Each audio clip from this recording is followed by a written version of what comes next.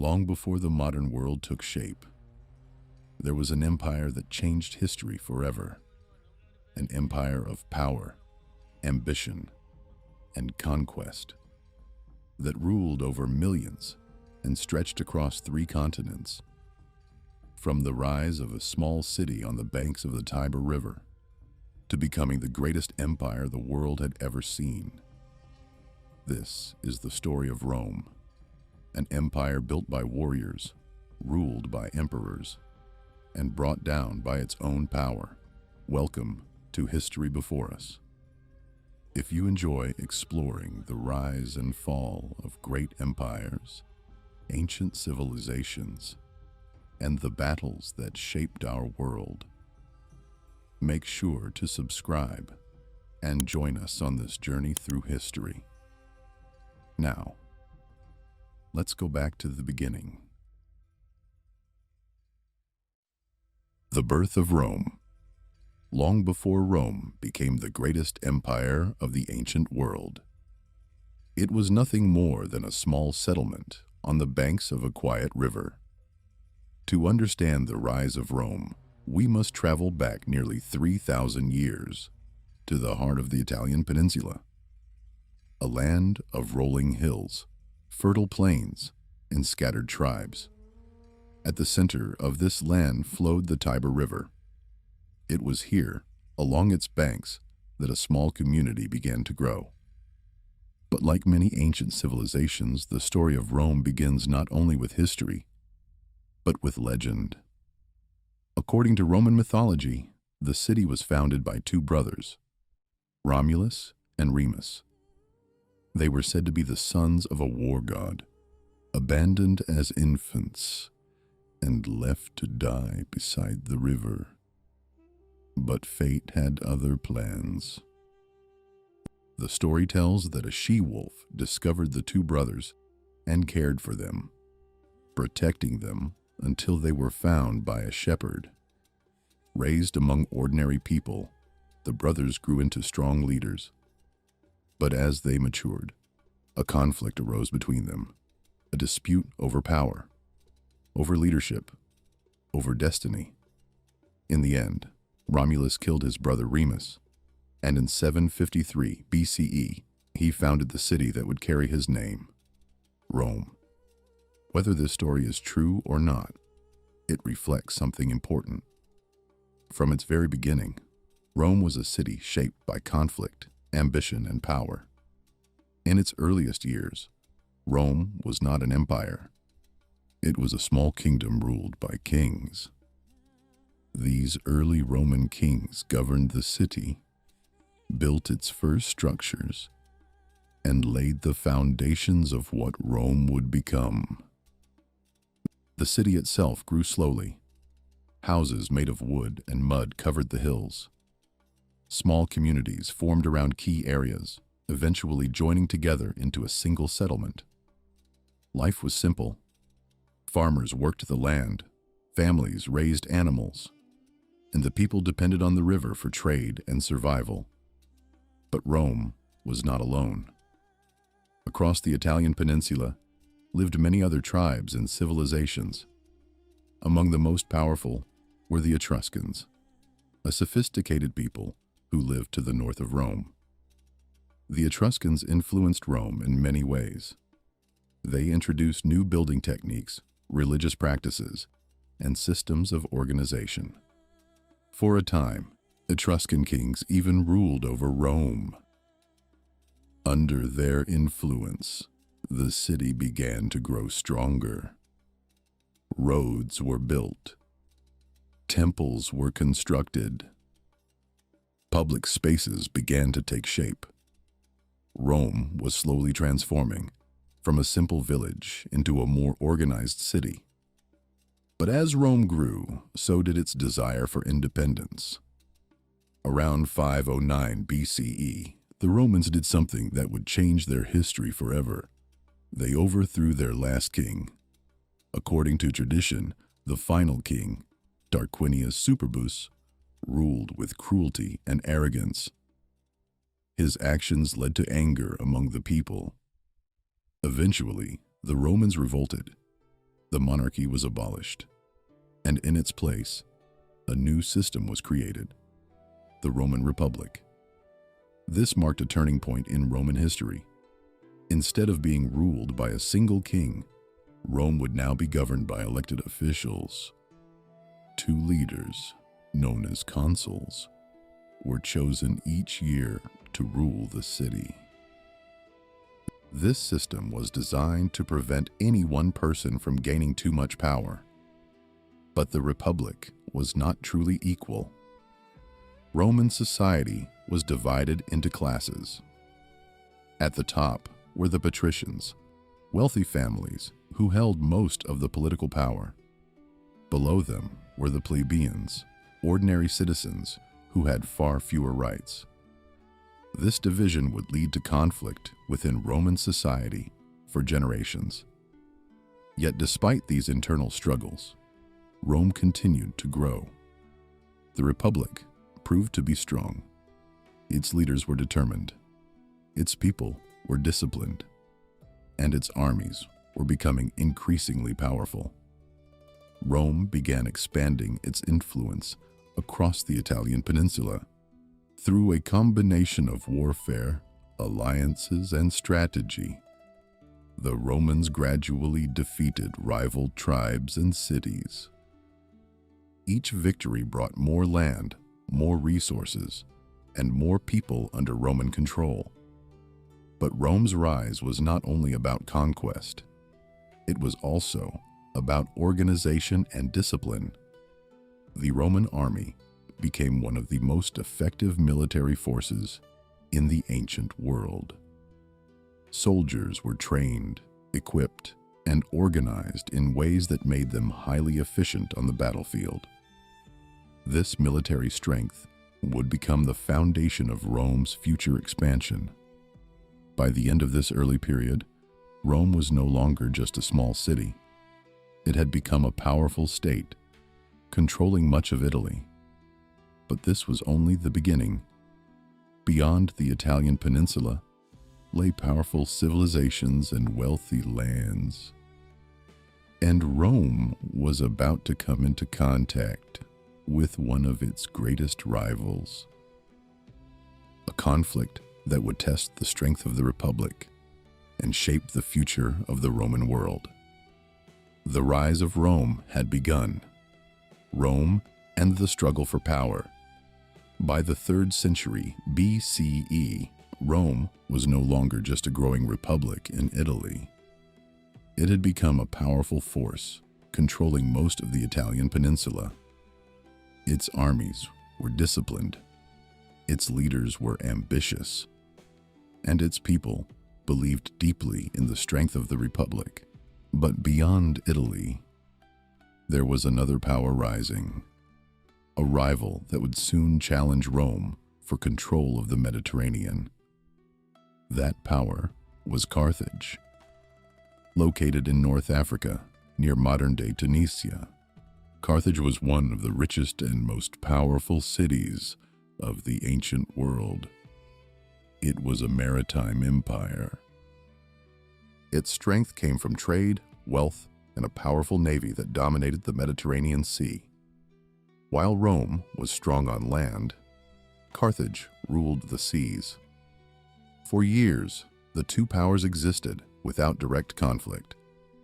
But as Rome expanded southward, their interests began to collide. The island of Sicily, located between Italy and North Africa, became the center of tension.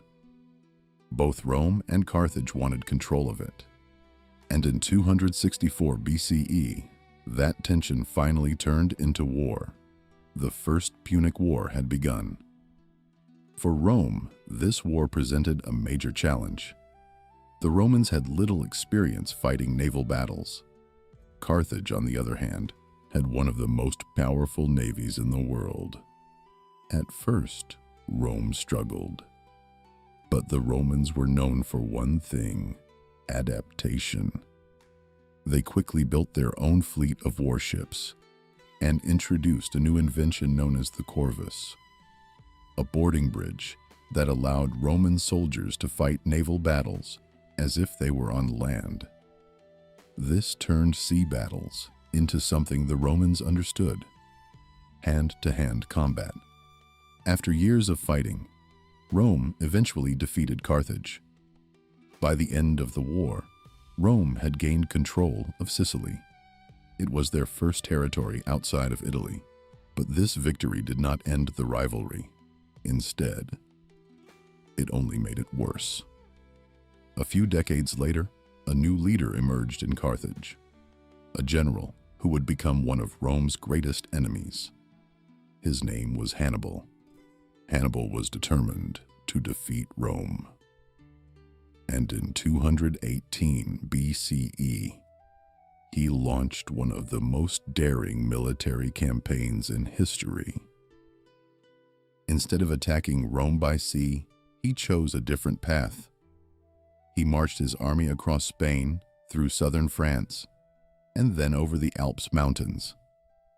With him were thousands of soldiers, and even war elephants. The journey was brutal.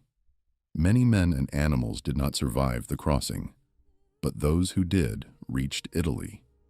And when they arrived, they shocked the Romans. Hannibal began defeating Roman armies again and again. One of his greatest victories came at the Battle of Cannae in 216 BCE. There, Hannibal used brilliant tactics to surround a much larger Roman army. It was one of the most devastating defeats in Roman history. Tens of thousands of Roman soldiers were killed. The Republic was shaken. For a moment, it seemed like Rome might fall, but Rome did not surrender. Instead, they changed their strategy. Rather than facing Hannibal directly, Roman generals avoided large battles and focused on weakening his forces over time. At the same time, they attacked Carthaginian territories elsewhere. Eventually, a Roman general named Scipio Africanus carried the war into North Africa. This forced Hannibal to return home to defend his city. In 202 BCE, the two armies met at the Battle of Zama. This time, it was Rome that achieved victory. Hannibal was defeated. Carthage lost the war. The Second Punic War had ended, but Rome was not finished. In 146 BCE, after a third conflict, Rome destroyed Carthage completely. The city was burned. Its power was erased, and Rome became the dominant force in the Western Mediterranean. With Carthage gone, no rival could match Rome's strength. The Republic continued expanding. It moved eastward into Greece, Asia Minor, and beyond. But as Rome grew stronger externally, problems began to grow internally. The Republic had been designed for a city-state, not for a massive empire. Wealth from conquered lands began flowing into Rome, but it was not shared equally. The gap between rich and poor widened. Powerful generals gained influence through their armies, and political tensions began to rise. The system that had made Rome strong was starting to crack. Soon, the Republic would face a new kind of conflict, not against foreign enemies, but within itself. And this internal struggle would lead to one of the most important turning points in Roman history: the fall of the Republic and the rise of an empire. The fall of the Republic. By the 1st century BCE, Rome had become the most powerful state in the Mediterranean. Its armies had defeated Carthage. Its influence stretched across Europe, North Africa, and parts of Asia. But beneath this power, something was breaking. The Roman Republic was no longer stable. For generations, the Republic had been built on balance. Power was shared between elected officials. No single leader was meant to control everything. But as Rome expanded, that balance began to disappear. Wealth from conquered lands flooded into the city. Gold, slaves, land, and resources flowed into the hands of a few powerful families. The rich became richer. The poor became poorer. Many small farmers lost their land and moved into the city searching for work. But jobs were scarce. Slaves were now doing much of the labor. This created tension within Roman society, and soon, that tension turned into conflict. Two brothers, known as the Gracchi, tried to reform the system.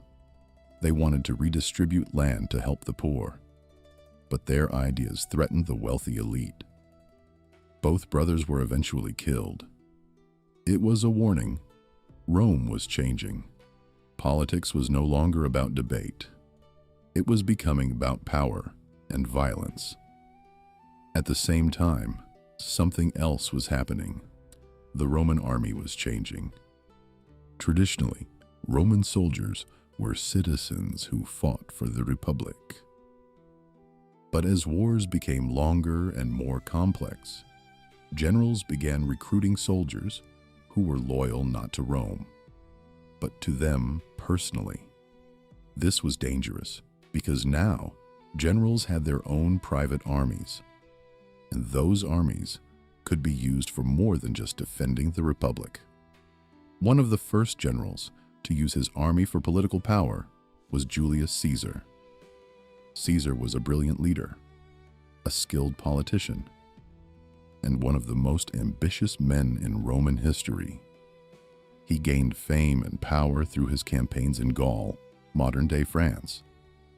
There, he defeated tribes, expanded Roman territory, and built a loyal army. But his success made him dangerous. The Roman Senate feared that Caesar was becoming too powerful.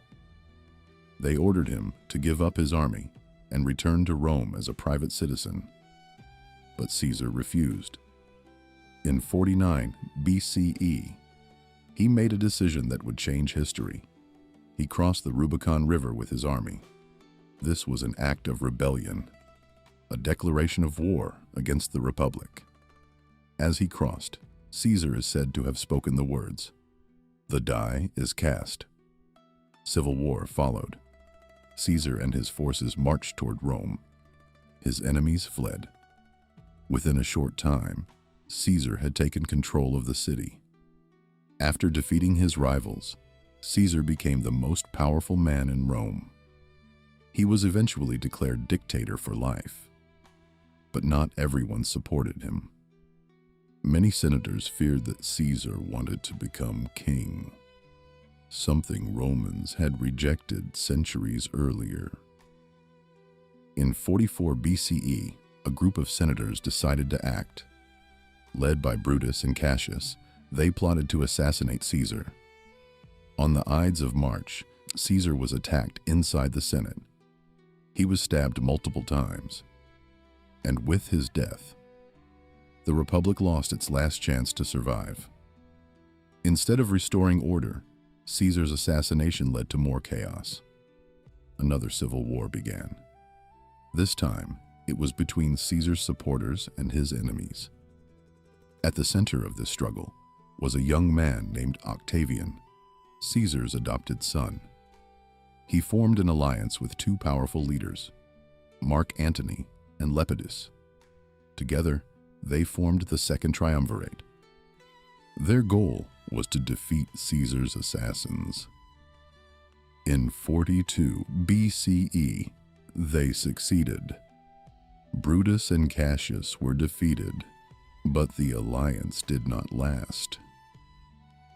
Soon, Octavian and Mark Antony became rivals. Their conflict would decide the future of Rome. Mark Antony had formed a powerful alliance with Cleopatra, the Queen of Egypt. Together, they controlled large parts of the Eastern Mediterranean.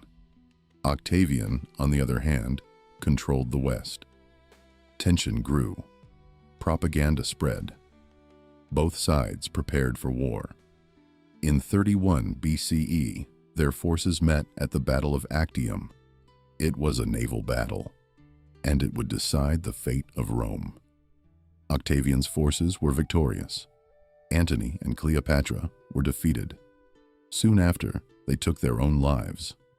With no rivals left, Octavian became the sole ruler of Rome. But unlike Caesar, he did not declare himself king. Instead, he took a different approach. In 27 BCE, Octavian was given a new title, Augustus, and with that, the Roman Republic came to an end. In its place, a new system was born, the Roman Empire. The age of emperors had begun, and Rome was about to enter its greatest era of power, the rise of the Roman Empire. With the defeat of his enemies and the end of civil war, Octavian, now known as Augustus, stood as the most powerful man in Rome. But unlike those before him, he understood something important. Rome had always rejected kings. So instead of ruling openly as one, Augustus created a new system, a system that looked like the Republic, but functioned as an empire. He kept the Senate. He allowed elections.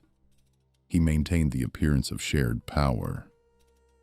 But in reality, all authority rested in his hands. This marked the beginning of the Roman Empire, a new era that would transform Rome into the greatest power of the ancient world. Under Augustus, Rome entered a period of stability and peace known as the Pax Romana, the Roman peace. For nearly 200 years, the empire would experience relative peace, economic growth, and expansion. It was a time when Rome reached its true height. Augustus reorganized the government. He improved tax systems. He strengthened the army. And most importantly, he secured Rome's borders. The Roman army became a permanent and professional force. Soldiers were trained, equipped, and stationed across the empire. They built roads, forts, and defenses that allowed Rome to control vast territories. And those roads would become one of Rome's greatest achievements. The famous saying would later be born, "All roads lead to Rome." Thousands of kilometers of roads connected cities across Europe, North Africa, and the Middle East. These roads allowed armies to move quickly, trade to flow easily, and communication to reach even the most distant provinces. Rome was no longer just a city. It was a connected world. As the empire expanded, it brought different cultures together. People from different regions became part of Roman life. Languages, traditions, and beliefs mixed across the empire. At the center of it all stood the city of Rome itself, a massive urban center filled with monuments, temples, and public spaces. Among its most famous structures were the Colosseum, where gladiators fought before thousands of spectators; the Forum, the political and social heart of the city; and the Pantheon, a temple dedicated to the Roman gods. These buildings were symbols of Roman power and engineering. They showed the world what Rome had become. But the empire was not built on architecture alone. It was built on law and order. Roman law became one of the most important systems in history. It created rules that governed trade, citizenship, property, and justice. Many modern legal systems are still influenced by Roman law today. Under Augustus and his successors, Rome continued expanding. The empire reached its greatest size under Emperor Trajan in the early 2nd century CE. At its peak, the Roman Empire stretched from Britain in the north to Egypt in the south, from Spain in the west to Mesopotamia in the east. It controlled millions of people across 3 continents. It was, without question, the most powerful empire of its time. But maintaining such a vast empire was not easy. Even during the Pax Romana, challenges existed. Different cultures needed to be managed. Rebellions had to be controlled. Borders had to be defended against external threats. And as time passed, the strength of the empire would begin to change. Not all emperors were like Augustus. Some were wise. Others were corrupt, unstable, or cruel. The stability of the empire often depended on the strength of its ruler. And when weak leaders came to power, problems began to grow. Yet for a time, Rome remained strong. Its armies were unmatched. Its cities were thriving. Its influence spread across the known world. But beneath this golden age, the seeds of decline were already being planted. Because even the greatest empires cannot remain at their peak forever. And soon, Rome would begin its long journey toward decline, a slow collapse that would change history forever. The beginning of Rome's decline.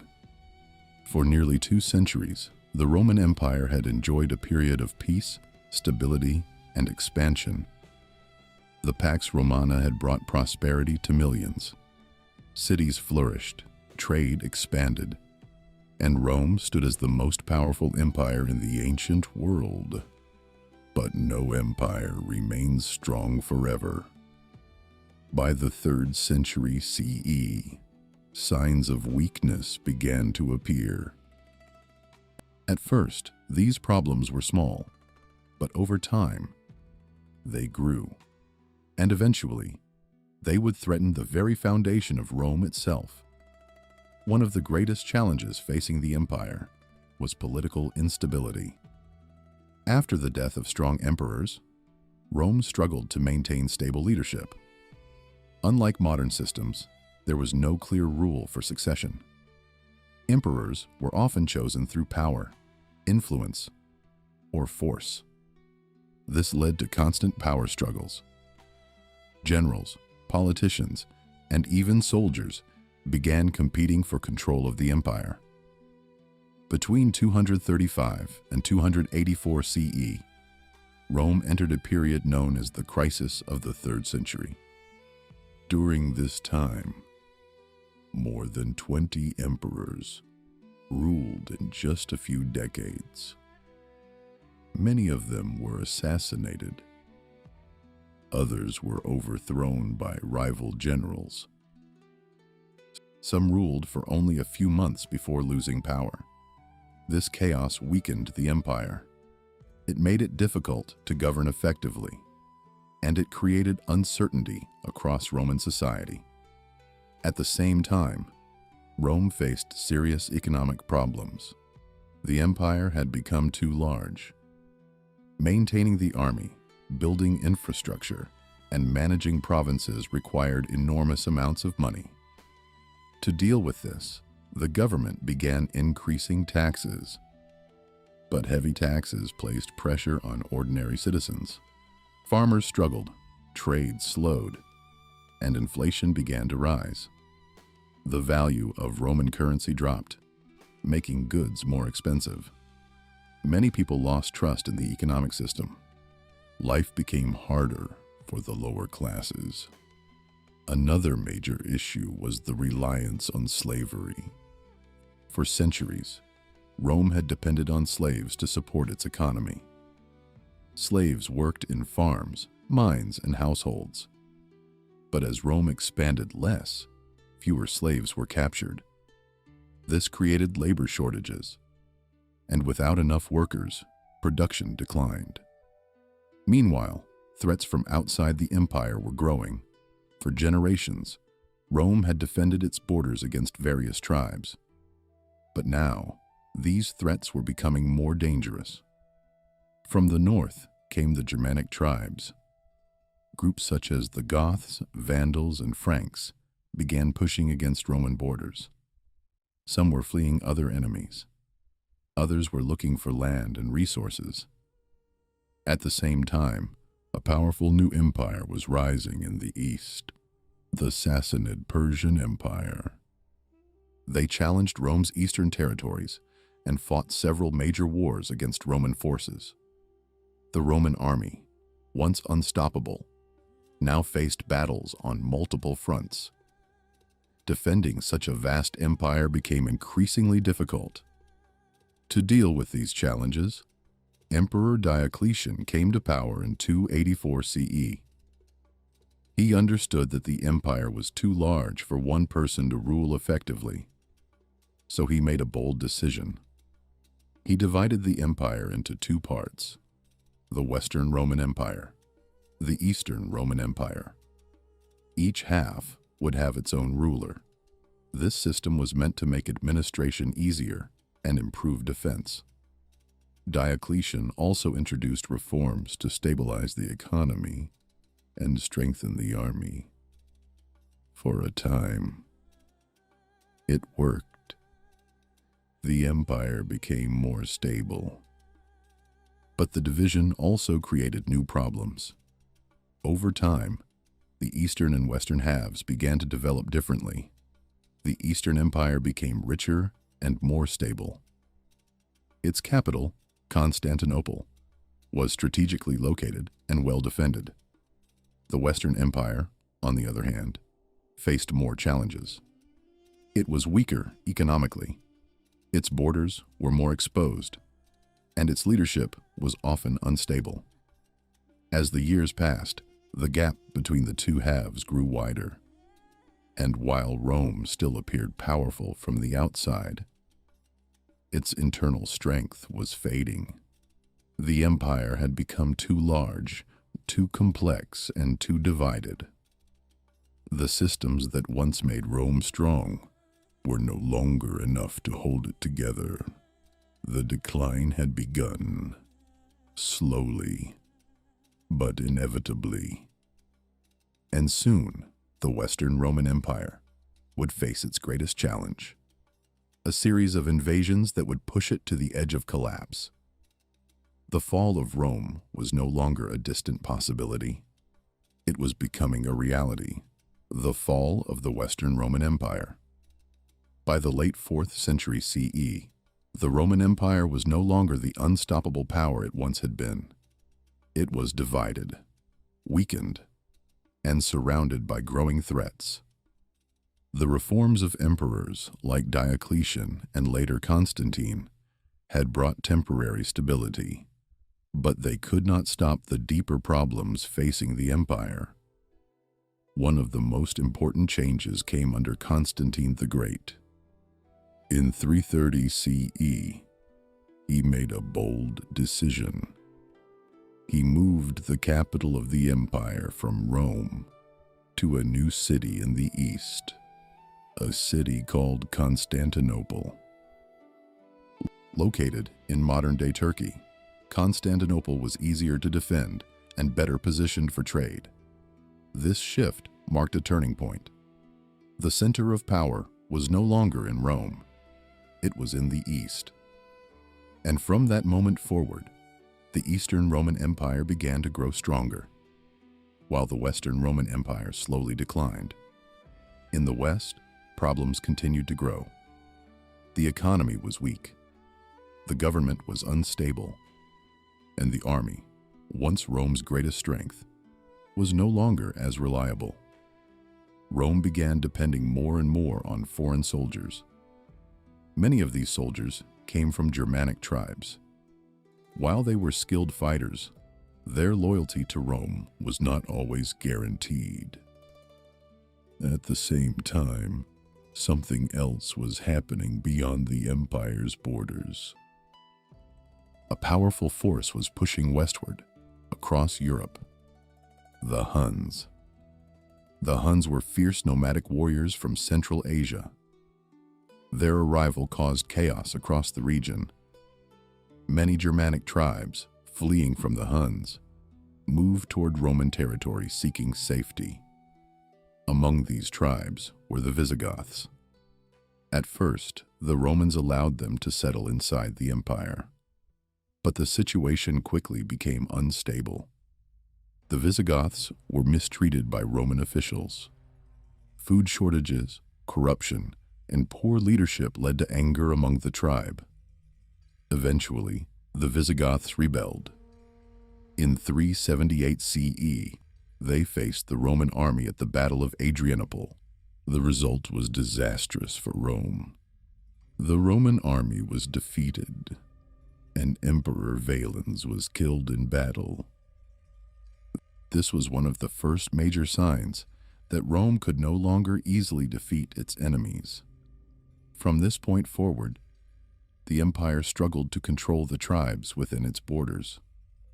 Then, in 410 CE, something happened that shocked the ancient world. The city of Rome itself was attacked. For nearly 800 years, Rome had not fallen to a foreign enemy. It had been the heart of an empire, a symbol of power. But now, the Visigoths, led by Alaric, marched into the city, and they sacked Rome. Although the destruction was not total, the psychological impact was enormous. For many people, it felt like the world was ending. If Rome could fall, then nothing was safe.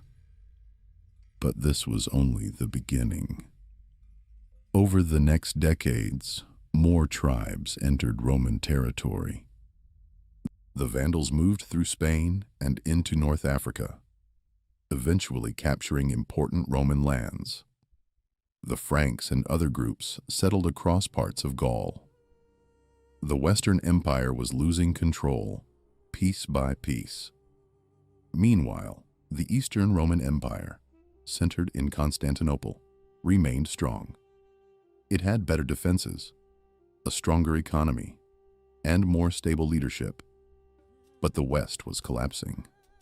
By the mid-5th century, the Western Roman Empire was only a shadow of its former self. Its territory had shrunk, its authority had weakened, and its emperors held little real power.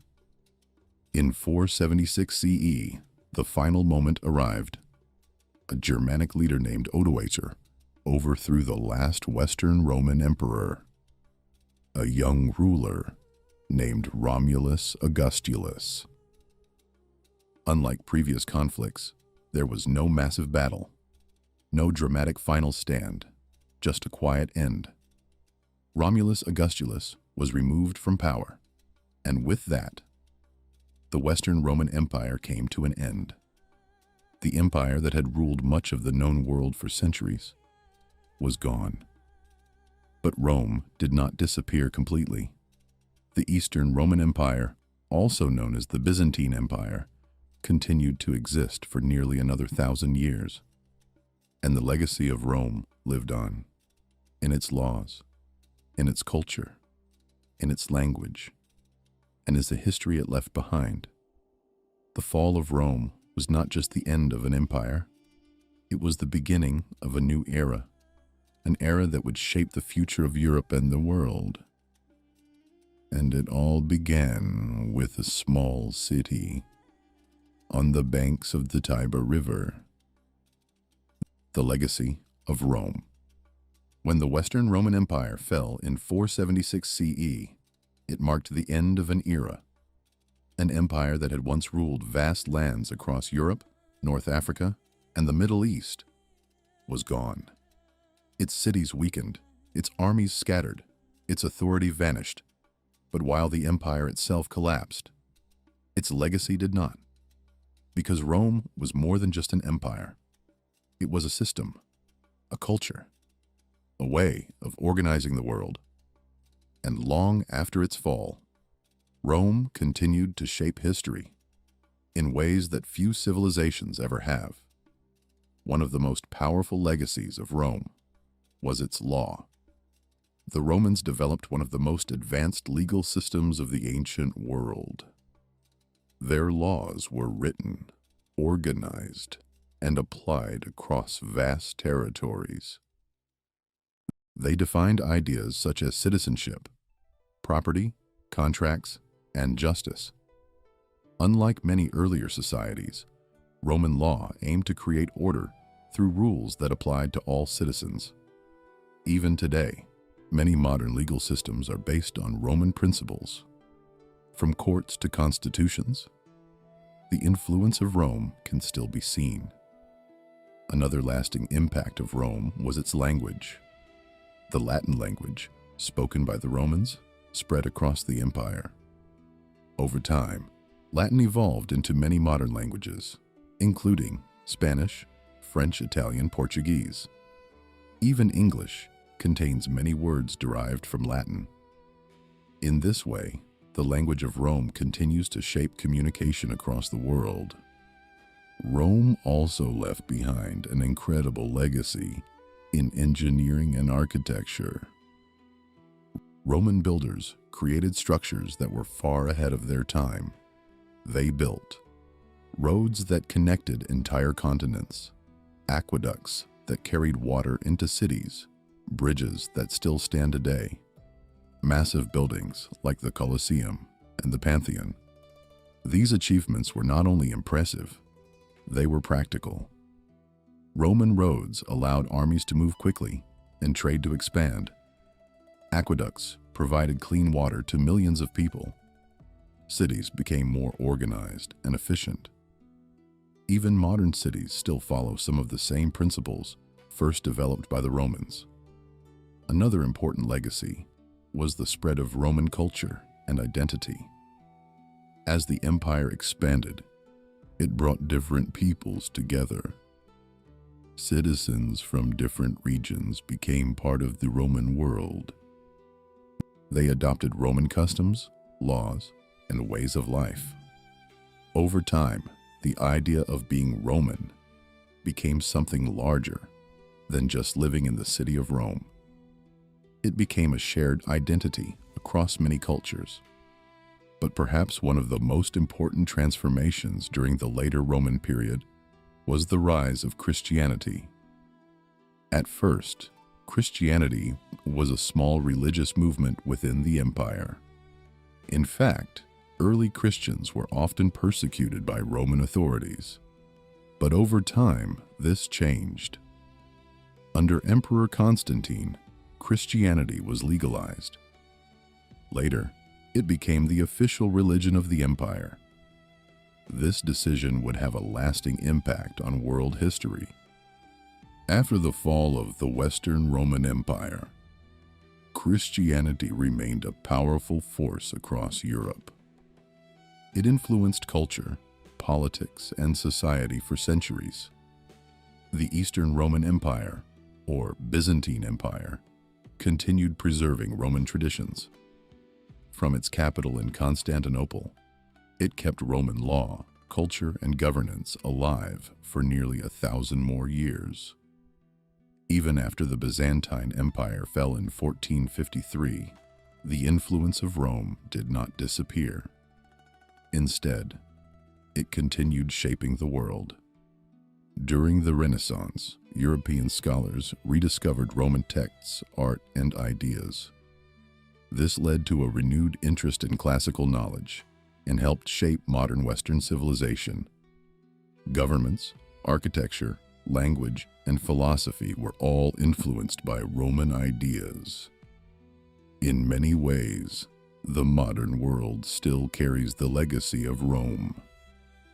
Yet the story of Rome is also a reminder. A reminder that even the most powerful empires can fall. At its height, Rome seemed unstoppable. Its armies were unmatched. Its cities were magnificent. Its power stretched across continents. But internal problems, external pressures, and the passage of time eventually brought it down. The rise and fall of Rome is not just a story of the past. It is a lesson about power, about ambition, about the strength and fragility of civilizations. Because history shows us something again and again. Empires rise, empires fall, but the impact they leave behind can last forever. And the story of Rome remains one of the greatest chapters in the history of humanity. A story that began with a small city by a river and grew into an empire that changed the world. The echoes of an eternal empire. Long after the fall of the Western Roman Empire, long after its emperors, armies, and cities faded into history, the name Rome did not disappear. Because Rome was never just an empire, it was an idea of power, order, and civilization. And that idea would continue to echo across centuries. When the Western Empire collapsed in 476 CE, Europe entered a new period, a time often called the Dark Ages. Large cities declined, trade slowed, and many of the systems that had once held the Roman world together began to break apart. But even in this period of change, Rome's influence remained. Across Europe, new kingdoms began to rise. Many of them were formed by the same tribes that had once fought against Rome. The Visigoths, the Franks, and others established their own states. Yet despite their independence, these new rulers often looked to Rome for inspiration. They adopted Roman laws. They used Latin in administration. They built their systems of government based on Roman models. Even in its absence, Rome continued to guide the structure of power.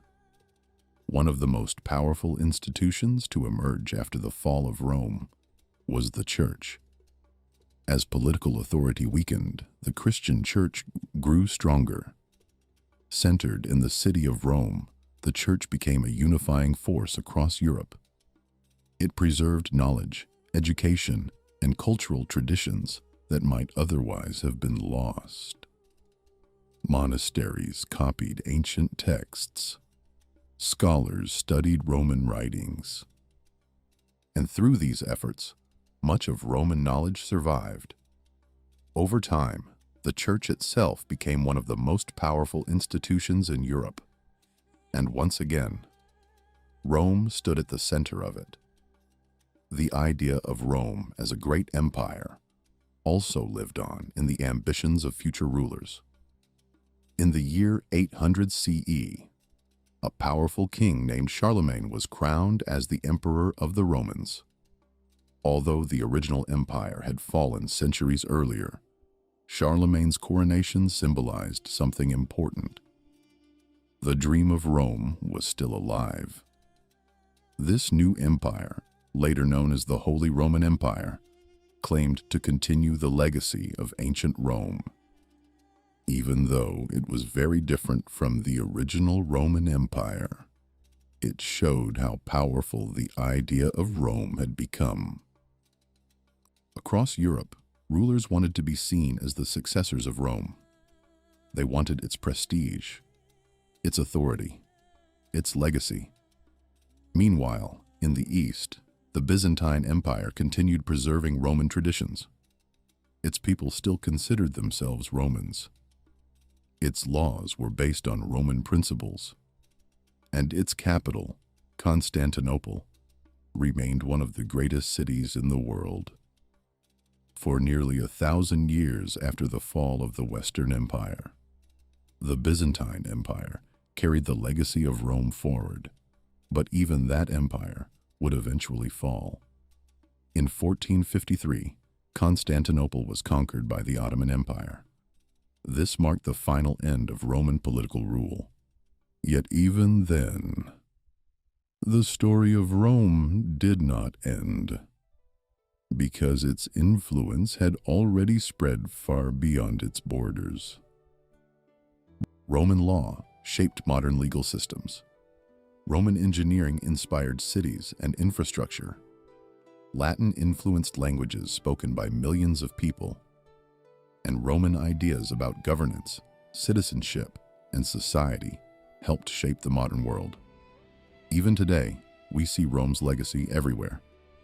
In government buildings modeled after Roman architecture, in legal systems based on Roman law, in languages derived from Latin, in the very idea of what an empire is.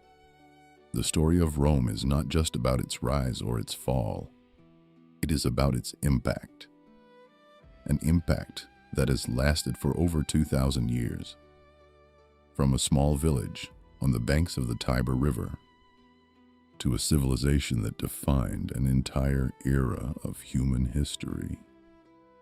Rome became something greater than itself. It became eternal. And perhaps that is the greatest legacy of all, because while empires may fall, their stories can live forever. And here, on History Before Us, those stories continue to be told, one empire at a time, daily life in the Roman world. While the Roman Empire is often remembered for its armies, emperors, and grand conquests, most people who lived within it were not soldiers or rulers. They were ordinary people, farmers, merchants, workers, families. And to truly understand Rome, we must look beyond its wars and into the daily lives of those who lived under its rule.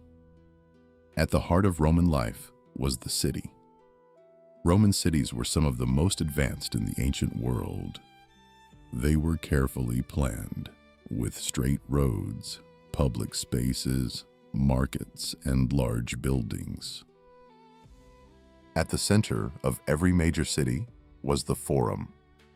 This was the social, political, and economic hub. Here, people gathered to trade goods, discuss politics, attend public events, and hear important announcements. Surrounding the Forum were temples, government buildings, and marketplaces. Life in these cities was busy and crowded. In Rome itself, the population reached over 1 million people at its peak. This made it one of the largest cities in the world at the time. People lived in different types of housing, depending on their wealth. The rich lived in large houses called domus. These homes were often beautifully decorated with mosaics, paintings, and gardens. They had multiple rooms, courtyards, and sometimes even private baths. The poor, on the other hand, lived in crowded apartment buildings known as insulae. These buildings could be dangerous. They were often poorly constructed and at risk of fire or collapse. Many families lived in small, cramped spaces with limited comfort. Despite these differences, all citizens shared certain aspects of Roman life. One of the most important was public entertainment. Romans loved games, festivals, and spectacles. The most famous of these took place in the Colosseum. There, thousands of people gathered to watch gladiator fights, animal hunts, and public executions. These events were not just entertainment. They were also a way for emperors to gain support from the people. By providing free games and food, rulers could keep the population satisfied. This idea became known as bread and circuses. But Roman life was not only about entertainment. It was also about work and trade. The Roman Empire had a vast economy. Goods moved across the empire through an extensive network of roads and sea routes. Merchants traded grain from Egypt, wine from Italy, olive oil from Spain. Silk and spices from the East markets were full of activity. Vendors sold food, clothing, tools, and everyday items. Trade connected distant regions and made Rome incredibly wealthy. Another important part of Roman life was family. The family was the foundation of Roman society. At the head of each household was the paterfamilias, the male leader who had authority over the entire family. He controlled property, made decisions, and represented the family in public life. Women in Rome had fewer rights than men, but they still played important roles within the household and society. They managed homes, raised children, and in some cases, influenced social and political life. Children were educated depending on their social class. Wealthy families often hired tutors to teach their children reading, writing, and philosophy. Poorer families usually learned practical skills needed for work. Religion was also central to Roman life. The Romans believed in many gods and goddesses. They built temples, held ceremonies, and offered sacrifices to gain the favor of these deities. Gods like Jupiter, Mars, and Venus were worshipped across the empire. Religion was closely connected to the state. Emperors were sometimes even seen as divine figures. Over time, however, this changed with the rise of Christianity. As Christianity spread, it transformed Roman beliefs and eventually became the dominant religion of the empire. Another remarkable aspect of Roman life was its infrastructure. Roman engineers built systems that improved daily life for millions. Aqueducts carried fresh water into cities. Public baths allowed people to wash and relax. Roads connected distant regions, making travel and communication easier. These achievements made Roman cities more advanced than most places in the ancient world. But despite all these advancements, life in the Roman Empire was not always easy. Slavery was widespread. Millions of slaves worked in farms, mines, and households. They had few rights and often lived difficult lives. At the same time, disease and poor sanitation could spread quickly in crowded cities. Life expectancy was lower than today, and many people lived with uncertainty and hardship. Yet for centuries, the Roman system managed to support one of the largest populations in the ancient world. It created cities, laws, and systems that influenced generations. It brought together different cultures under one empire, and it shaped the daily lives of millions. The Roman Empire was not just built by emperors and armies. It was built by its people, and through their lives, their work, and their traditions, the story of Rome continued to grow. But even the most advanced civilizations cannot escape change. And as time moved forward, the world that Rome had built would continue to evolve.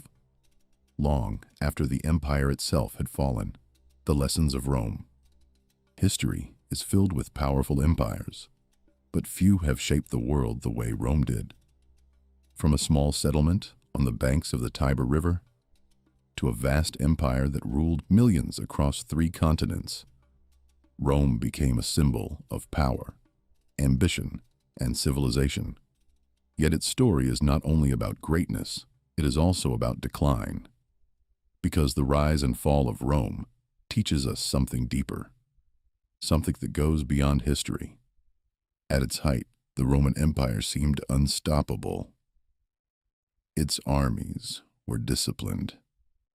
Its cities were advanced. Its influence reached across the known world. To those living in that time, Rome must have felt eternal. But beneath that strength, problems were growing. Slowly, quietly, and over time, they became impossible to ignore. One of the most important lessons of Rome is that power alone is not enough. Rome had one of the strongest armies in history. It conquered vast territories. It defeated powerful enemies. But military strength could not protect it from internal weakness, political corruption, power struggles, economic instability. These were the forces that slowly weakened the empire from within. Another lesson is the challenge of managing a vast empire. As Rome expanded, it became harder to control. Different cultures, languages, and regions needed to be governed. Communication became slower, decisions became more complex, and maintaining unity became increasingly difficult. Even the division of the empire into East and West showed how hard it was to manage such a large system. The Eastern Empire survived. The Western Empire did not. Rome also teaches us about the importance of leadership. Strong leaders like Augustus brought stability and growth. Weak or corrupt leaders brought chaos. The fate of the empire often depended on who was in power. When leadership failed, the system began to break. Another powerful lesson is about adaptation. Rome succeeded for centuries because it adapted. It adopted new ideas. It learned from other cultures. It improved its systems. But later in its history, that ability to adapt began to fade. And without adaptation, decline became inevitable. Yet Rome's story is not only a warning, it is also a legacy. Because even after its fall, Rome continued to shape the world. Its laws influenced modern legal systems. Its language evolved into many of the languages we speak today. Its architecture inspired cities across the globe. Its ideas about governance, citizenship, and society became the foundation of modern civilization. In many ways, Rome never truly disappeared. It changed, it evolved, and its influence continues to live on. The story of Rome reminds us that history is not just about the past. It is about understanding the present and preparing for the future. Because the rise and fall of empires is not unique to Rome. It is a pattern we see again and again. Civilizations grow, they reach their peak, and eventually they decline. But what they leave behind can last forever. And that is the true power of history.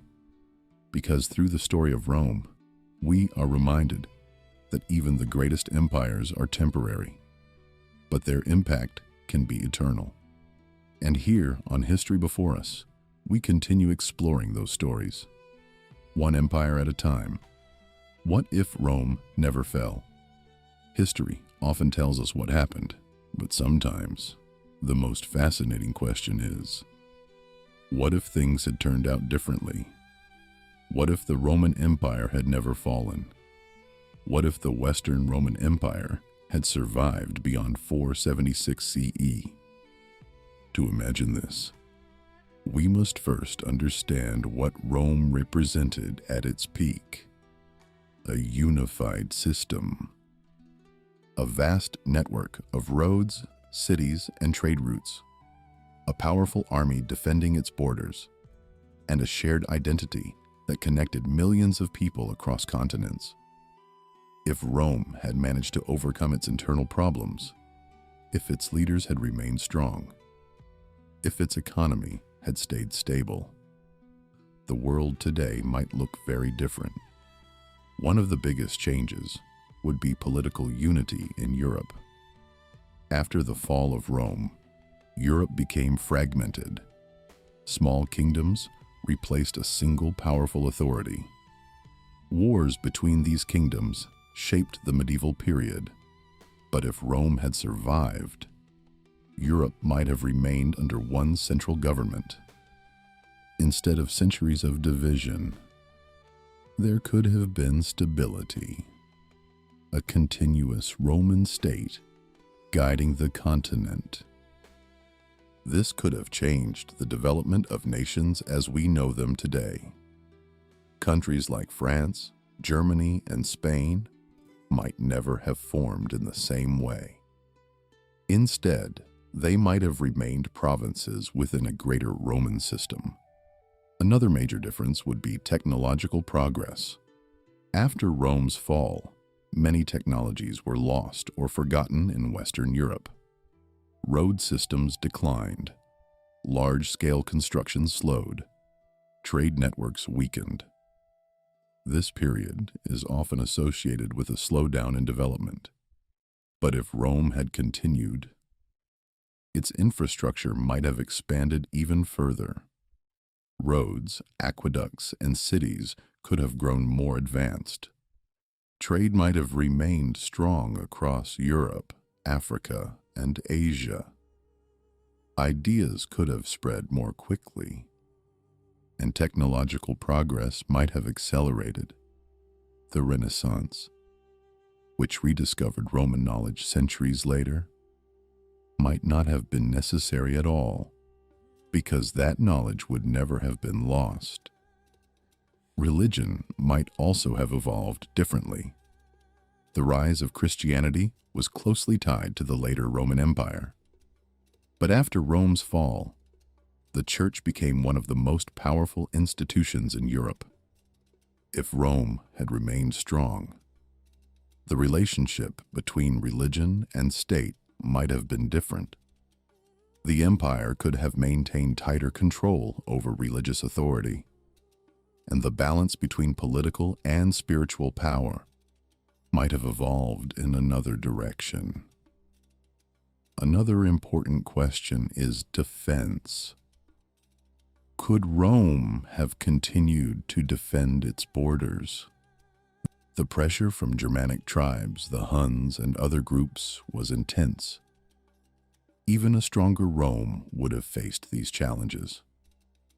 But perhaps with better leadership and organization, it could have adapted.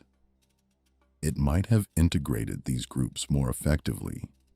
Instead of invasions, there could have been assimilation. New cultures joining the empire rather than destroying it. The Roman identity could have expanded even further, creating a more diverse but unified civilization. And what about the New World? If Rome had survived long enough, could it have discovered the Americas? This is one of the most fascinating possibilities. Rome had advanced engineering, navigation, and organization. With enough time, it is possible that Roman explorers could have ventured further across the oceans. If that had happened, the history of global exploration would have been completely different. The world we know today might have been shaped by a Roman global empire. But there is another side to this question. Would Rome have remained strong forever? History suggests otherwise. Even if the Western Empire had survived longer, it would still face challenges: corruption, economic strain, power struggles. No system is perfect, and no empire is immune to change. Eventually, Rome might still have declined, perhaps in a different way, at a different time. But decline would likely have come, because that is the nature of history. Empires rise, they evolve, and they fall. Yet imagining a world where Rome never fell helps us understand something important. How much of our world was shaped by its collapse? The nations of Europe, the development of cultures, the spread of ideas. All of these were influenced by what came after Rome. In the end, Rome's fall was not just an ending. It was a beginning, a turning point that led to a completely new chapter in human history. And perhaps that is the greatest lesson of all, because sometimes the fall of an empire is what allows the world to change. And here on History Before Us, we continue exploring those turning points, where history could have gone one way, but chose another, the eternal influence of Rome. When we look at the world today, it may seem far removed from the ancient past. Modern cities, advanced technology, nations and borders that did not exist thousands of years ago. And yet, beneath all of this, the influence of Rome is still there. Because Rome did not just shape its own time, It helped shape our time in ways that are often invisible, but deeply rooted in everyday life. One of the clearest examples is government. Many modern political systems are inspired by Roman ideas. The concept of a republic, where citizens elect representatives to govern, comes directly from Rome. The idea of a senate, a group of officials who debate laws and make decisions, is still used today in countries around the world. Even the idea that power should be limited, that no single leader should control everything, was a core principle of the Roman Republic. Though Rome eventually became an empire, these early ideas continued to influence future generations. Another powerful legacy is law. Roman law created structured systems for justice. It introduced principles such as the right to a fair trial, the idea that laws apply to all citizens, the importance of evidence and legal procedure. These concepts became the foundation of many modern legal systems. In courts around the world, echoes of Roman law can still be found. But Rome's influence was not limited to politics. It can also be seen in the design of our cities. Roman engineers were masters of construction. They built roads, bridges, and public buildings with incredible precision. Many modern cities still follow similar layouts: organized streets, public squares, government buildings at the center.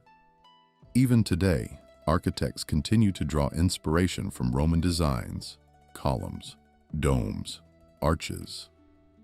These features appear in buildings across the world, from government institutions to museums. Rome's architectural style remains a symbol of strength and order. Language is another lasting connection. The Latin language, once spoken across the Roman Empire, evolved into many of the world's major languages. Spanish, French, Italian, and Portuguese all come from Latin. Even English, though different, contains thousands of Latin-based words. This means that every day, people around the world are speaking words that originated in ancient Rome. Rome also shaped culture and identity. It introduced ideas about citizenship, about belonging to something larger than a tribe or region. Being Roman was not just about where you were born. It became a shared identity across different cultures. This idea would later influence the development of modern nations. The concept of a unified people under one system can be traced back to Rome. But perhaps the most powerful influence of Rome is found in how we understand history itself. Rome left behind records, texts, stories. Historians like Tacitus and Livy wrote detailed accounts of events, leaders, and society. Because of this, we know more about Rome than many other ancient civilizations. Its history is not just remembered. It is studied, analyzed, and retold. And through these stories, Rome continues to teach us. It teaches us about power, about leadership, about the balance between strength and stability. It shows us how a small city can rise to dominate the world, and how even the greatest empire can fall. But more importantly, it shows us that history is not distant. It is connected to us. Every road we travel, every law we follow, every system we live under, carries a part of Rome within it. The Roman Empire may have fallen centuries ago. Its armies are gone. Its emperors are long forgotten. But its influence remains, alive in the structures of our world, alive in the ideas we follow, alive in the stories we continue to tell. And here on History Before Us, those stories never end. Because history is not just something we remember. It is something we still live with today, and the story of Rome is one of its greatest chapters. The power of an idea. When we look back at the story of Rome, it is easy to focus on its armies, its emperors, and its conquests. But perhaps the most powerful thing Rome created was not its empire, it was its idea. Because long after Rome fell, long after its cities declined and its power disappeared, the idea of Rome continued to live on. For centuries, rulers across the world looked to Rome as a model, a symbol of strength, of order, of greatness. They did not just want power. They wanted to be seen as the new Rome. After the fall of the Western Roman Empire, Europe was divided. Small kingdoms replaced a unified empire. But many of these rulers believed they were continuing the Roman legacy. Kings and emperors adopted Roman titles. They built their cities in Roman style. They followed Roman laws and traditions. Even the name Caesar did not disappear. It became a symbol of leadership. In different parts of the world, variations of this title appeared. In Germany, it became Kaiser. In Russia, it became Tsar. Both derived from the name of Julius Caesar. This shows how powerful Rome's influence truly was. Even its leaders became symbols used by future empires. Another example is the idea of the empire itself. Before Rome, there were powerful kingdoms, but Rome showed the world what a true empire could be. A system that could control vast lands, unite different cultures, and maintain authority across continents. This idea would later inspire empires such as the Byzantine Empire, the Holy Roman Empire, the Ottoman Empire. Even modern global powers Rome created a blueprint, and many would follow it. But Rome's influence was not only political, it also shaped how people thought about civilization. To the Romans, being civilized meant more than just living in a city. It meant following laws, participating in society, being part of an organized system. This concept influenced how future societies defined themselves. Even today, ideas about law, citizenship, and governance are connected to Roman thinking. Rome also changed the way history was recorded. Roman historians wrote detailed accounts of events. They tried to explain not just what happened, but why it happened. This approach to history influenced how modern historians study the past. It turned history into something more than stories. It became a field of study, a way to understand human behavior over time. But there is another side to Rome's idea, a more complex one. Because while Rome represented order and civilization, it was also built on conquest. Its power came from war. Its expansion often came at the cost of other cultures. Cities were destroyed. People were enslaved. Entire regions were reshaped by Roman control.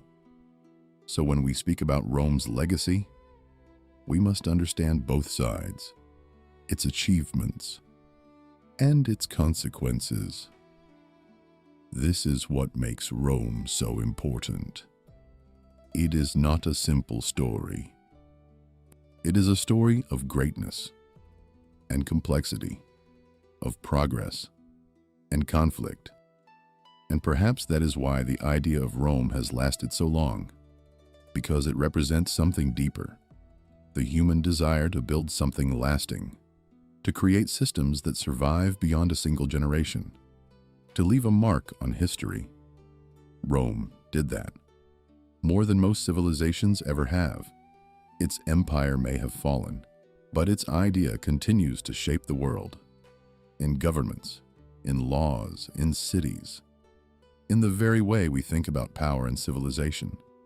And even today, when people speak about greatness, they still look back to Rome, because Rome was not just an empire, it was a standard, a reference, a vision of what human civilization could become. And that is why, thousands of years later, Rome still matters, and here on History Before Us, we continue exploring those ideas, the ideas that built empires, and the ones that outlived them, the story that never ends. In the end, the story of Rome is not just about the past, it is about something much bigger, from a small settlement on the banks of the Tiber River, to an empire that ruled millions across 3 continents. Rome became one of the greatest civilizations in human history. It built cities, it created laws, it shaped cultures, and for centuries, it stood as the center of the known world. But like every empire before it, Rome did not last forever. Its power faded, its borders collapsed, and the Western Roman Empire came to an end. Yet even in its fall, Rome did not disappear, because what Rome built was more than walls and armies. It was a system, an idea, a legacy that would continue long after the empire itself was gone. Today, we still see Rome's influence everywhere, in the laws that govern societies, in the cities we build, in the languages we speak, and in the way we understand power, leadership, and civilization. Rome shaped the world in ways that are still part of our lives, and that is what makes its story so powerful. It reminds us that even the greatest empires are not eternal. No matter how strong they seem, no matter how vast they become, time always moves forward, and change is inevitable. But at the same time, Rome teaches us something else. That what we build, what we create, can last far beyond our own time. The rise and fall of Rome is not just history, it is a lesson about ambition, about strength, about the balance between growth and stability. Because Rome did not fall in a single moment. It fell slowly, through internal struggles, through external pressures, through decisions that shaped its future. And in that, we see a reflection of all civilizations. They grow, they reach their peak, and eventually, they decline. But their impact remains.